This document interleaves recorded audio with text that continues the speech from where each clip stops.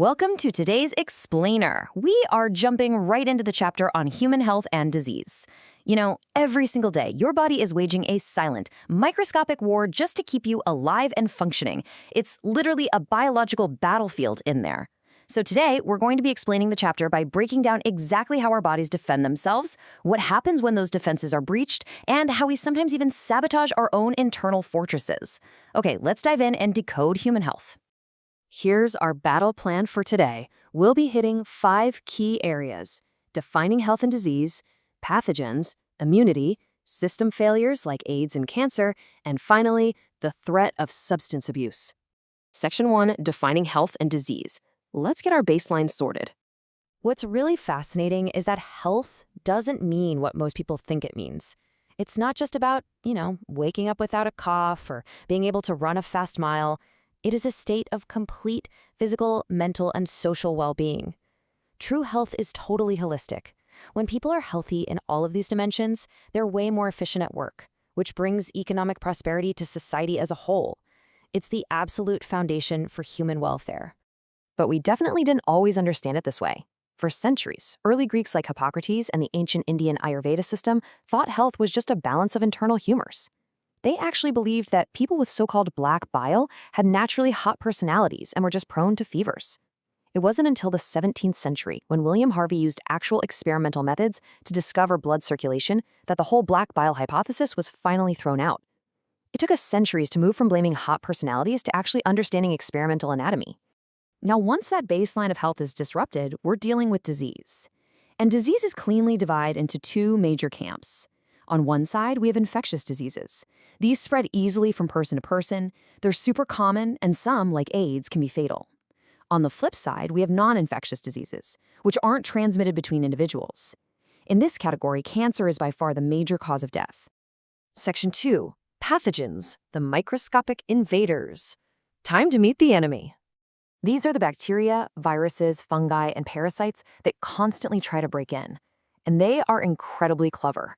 Take Plasmodium, the tiny protozoan responsible for malaria. Its life cycle is like a sci-fi movie. It literally needs 2 completely different hosts to survive. First, a female Anopheles mosquito bites you, injecting infectious sporozoids. These parasites sneak into your liver to multiply, then aggressively attack your red blood cells. When those cells rupture, they release a toxic substance called haemozoin.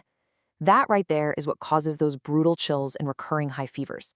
Then, another mosquito bites the infected person, picks up the parasite, and the cycle starts all over again. But hey, it's not just complex protozoans out there. Filarial worms can live for years in human lymphatic vessels, causing this chronic, slow-building inflammation that leads to massive physical deformities known as elephantiasis.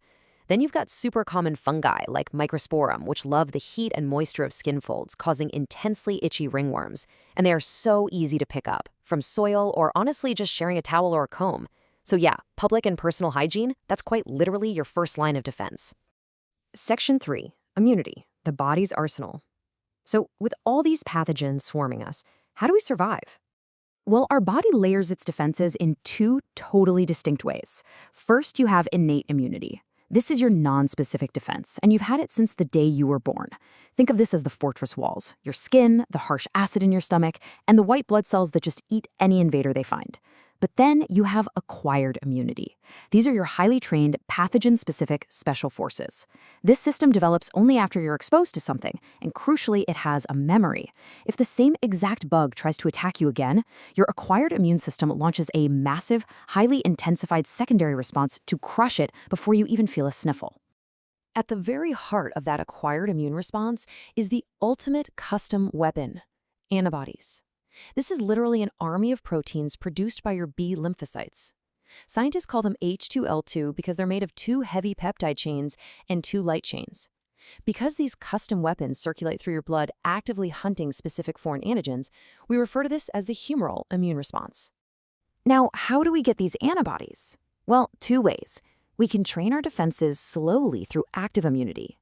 This is when your own body produces antibodies after being naturally exposed to a microbe, or safely exposed through a vaccine. It takes a little time, but it builds that crucial memory. Or we can get passive immunity. Think of this as an immediate biological care package. Ready-made antibodies are given directly to you. A great example is colostrum, that yellowish fluid in a mother's milk, which is just packed with IgA antibodies to protect a newborn. Or if you get bitten by a snake, doctors aren't going to wait around. They inject preformed antitoxins for instant protection. All of these cellular soldiers, your B cells and T cells, they need barracks, training grounds, and outposts. That's what our lymphoid organs are for. Bone marrow is the main factory where all your blood cells are born. The thymus, right near your heart, is where T lymphocytes go to mature. Interestingly enough, that actually shrinks as we get older. The spleen is a massive blood filter, and lymph nodes trap antigens out in the tissue fluid. But the biggest surprise? MALT, or mucosa-associated lymphoid tissue. It lines our respiratory and digestive tracts and literally makes up 50% of your body's entire lymphoid tissue. It is a massive frontline defense network. Section 4. System failures, AIDS and cancer. What happens when the fortress is breached from the inside, or when our own cells go rogue? Let's look at HIV, the virus that causes AIDS. It operates through a terrifyingly efficient step-by-step hijack. It's a retrovirus, meaning its genetic code is RNA. First, it breaches a macrophage cell. Then it uses an enzyme called reverse transcriptase to convert its viral RNA straight into viral DNA, and it sneaks that DNA right into the host's own genome. Suddenly, that macrophage is an HIV factory, pumping out clone viruses. These new viruses then go out and systematically hunt down your T helper lymphocytes. The very cells that are supposed to coordinate your immune defense get wiped out, completely crippling your immunity. Cancer is a completely different kind of system failure. Here, the threat isn't an outside virus, it's our own cells losing their regulatory brakes. Normal, healthy cells have this property called contact inhibition. Basically, if they bump into other cells, they know to stop growing. Cancer cells entirely lose this property. They just divide endlessly, forming masses called tumors. Now, benign tumors stay put, but malignant tumors, they are dangerous. They grow rapidly, starve out the normal cells around them, and escape into the bloodstream to start new tumors all over the body. That process is called metastasis, and it's triggered by things called carcinogens, which can be physical, chemical, or biological. So how do we fight back against cancer?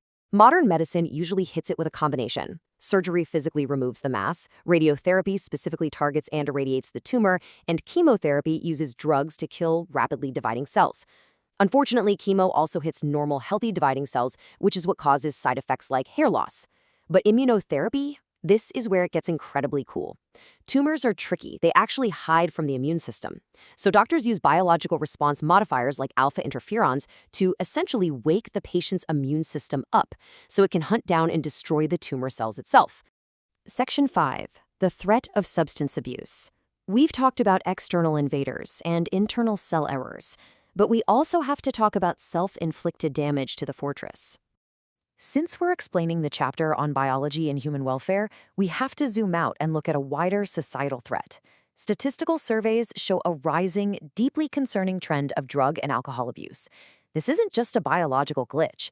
It's a massive behavioral issue that wrecks productivity, devastates families, and ruins individual well-being, especially for young people. These specific chemicals literally hijack our natural neuroreceptors. Opioids, like heroin, bind to receptors in the central nervous system, acting as massive depressants. They dangerously slow your body functions down. Cannabinoids interact with brain receptors, but are famously known for putting a heavy strain on the cardiovascular system. And then you have coca alkaloids, like cocaine. These are extreme stimulants that interfere with the transport of dopamine in your brain. It causes a short euphoria, but push the dose, and you're looking at severe hallucinations and paranoia. Why are adolescents at the absolute highest risk here? Well, they are navigating the bridge between childhood and adulthood. It's a hyper-vulnerable phase. You've got intense curiosity, crushing peer pressure, and heavy academic stress. A young person might try a substance just to cope with that stress, but because their brain is literally still maturing, it quickly wires itself to need that substance, which leads to a very fast, incredibly dangerous psychological dependence. And once dependence sets in, stopping is brutal. If someone tries to just abruptly quit, their body goes into severe withdrawal. We're talking anxiety, shakiness, nausea, sweating, and sometimes life-threatening conditions that absolutely require medical supervision. Because these substances create such devastating physical and psychological traps, the old medical textbook cliché is completely right. Prevention is absolutely better than cure. So there you have it. We've mapped out the biological battlefield of human health. We've seen how brilliant pathogens try to break in, how meticulously layered your immune system is to fight them off, and how critical it is to avoid chemical threats that just compromise the whole system. You are walking around in a masterpiece of biological engineering. So I want to leave you with this final thought. What steps will you take to keep your fortress standing strong today? Thanks for joining me on this explainer, and keep learning.